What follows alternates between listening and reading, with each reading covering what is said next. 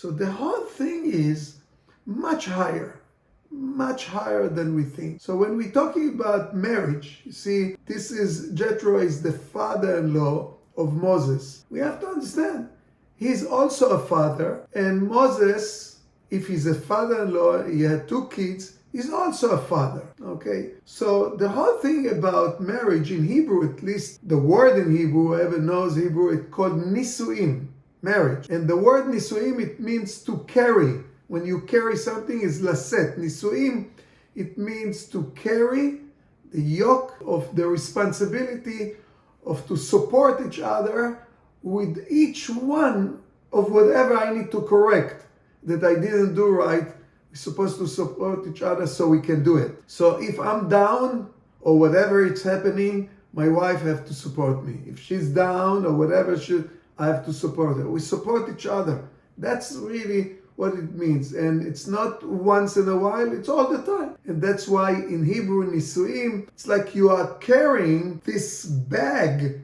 of tikkun. It's heavy. So just to say I love you doesn't mean much, because we say I love you and then we fight. We say I love you and then we argue and we want to beat each other. Man, we need to start understanding and to appreciate each other, okay? So I thought it's the best thing to do, really, and I never did it, okay? And I'm sure that you didn't, that in this portion, they're talking about the 10 commandments. And it's so unbelievable, the first year ever, not that I don't know them, I know them, but I didn't think about it. Each one of them, of the 10 commandments, is totally talking about relationship. Totally.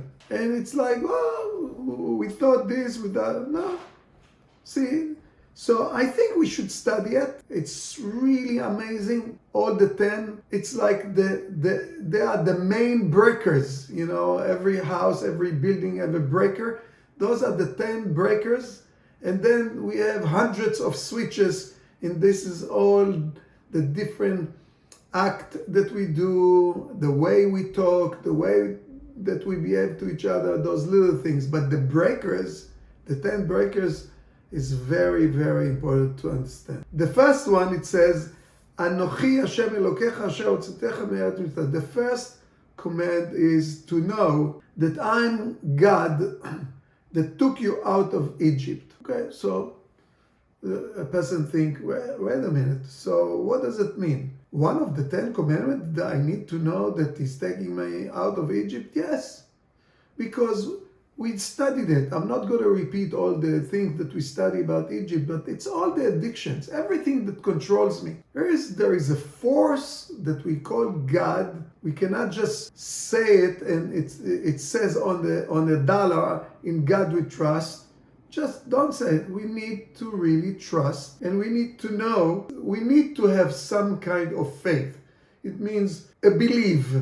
There is no such thing. If a person doesn't have a belief, what is going to hold on? A person needs to know that there is hashgacha. Hashgacha, it means supervision. Everything in this world have supervision. There is nothing that moves in this world. Nothing. And like we said, even the electron is moving around the proton, and the neutron it's the force of the light, the upper light, that makes it move. So to understand that there is one part of God within each one of us, this is called the neshama, the soul, that actually sustaining the body, and that soul is only love.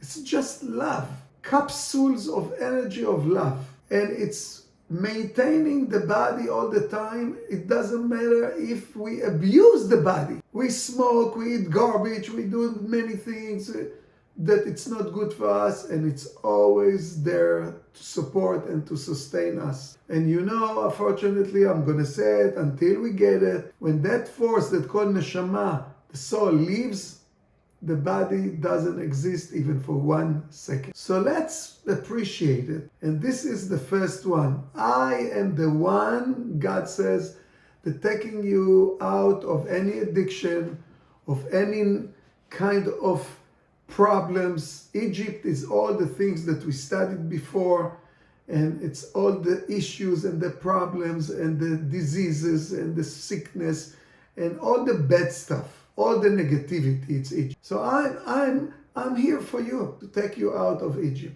That's the first one. And that's without that, there is no anything. So now we have to think, do I have a good relationship with myself? Think about it. The person can sit at home. No one is really talking to you. And you can be upset. So who are you going to blame now? We need to really connect to the core of our essence. It's called the neshama, the nefesh, ruach, neshama, those levels within each one of us. And that's what's going to take me out of anything bad, anything that called Egypt. And that's the first commandment. We need to know it. Okay. Now, the second one is amazing. Ani Hashem Elokeh, I'm God, your God, and just make sure that you don't have other gods instead of me. You're asking yourself, ask anybody in this world. It doesn't matter what religion is going to tell you there is only one God. So how can it be that the Torah telling us don't go after other gods? What God? It's very simple. So of course, physically, sometimes it says words, picture or painting or sculpture. And many people, by the way, religious people, they don't have it because they think that Torah says not to have it. No, look at me. I have so many paintings at home, you can't even believe. So no, it's not talking about Tmuna and Pesel and all those words. Different gods, it means, very simple, you have to make the decision of what God it means. What is it that controls you? It doesn't matter what it is. Whatever controls you, this is your God. That's not the God that we have to connect to. And this is the God that actually in the second command, it says, don't have it. It's going to destroy you. Don't have any other gods. It means all the addictions, drugs, anything. Getting upset, thinking wrong, become negative. Whatever it is, you cannot have anything controls you. This is different God. I don't care if it's money or physicality or the body himself. It doesn't matter. Whatever controls you, that goes against you. And that's the second one that really we need to understand. And it says clearly, don't bow to it. Don't work under the influence of those gods. It means even drugs or alcohol or even food. Doesn't matter. Some people even going to sleep too much. That's your God. It doesn't matter what it is.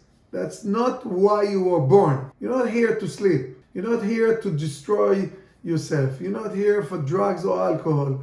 You're not here for that. You're here to enjoy.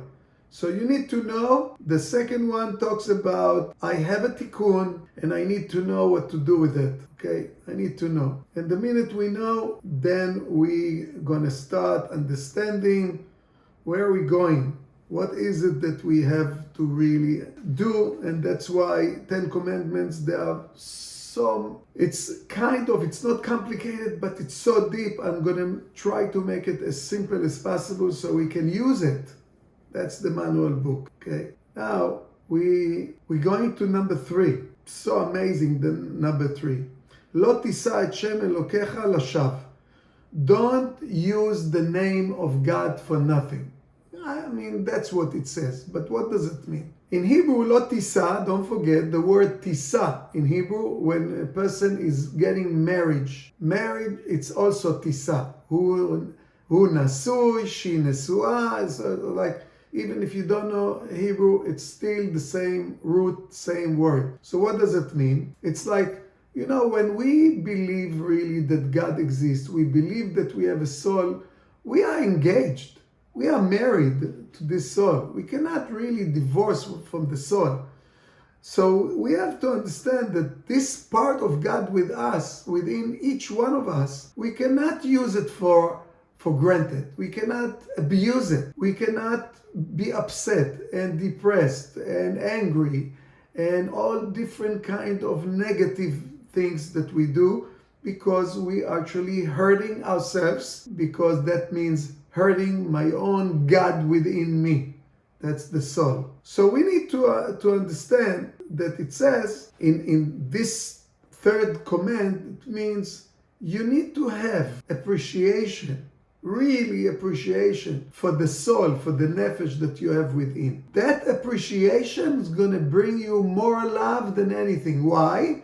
Because if you appreciate the part of God, it means your soul within, then you can appreciate every soul, your wife, your kids, your grandkids, son-in-law, mother-in-law, this-in-law, all those sweet-in-law, so all of them. So the minute we appreciate our own soul, we can appreciate all the souls. It doesn't matter who they are. Why?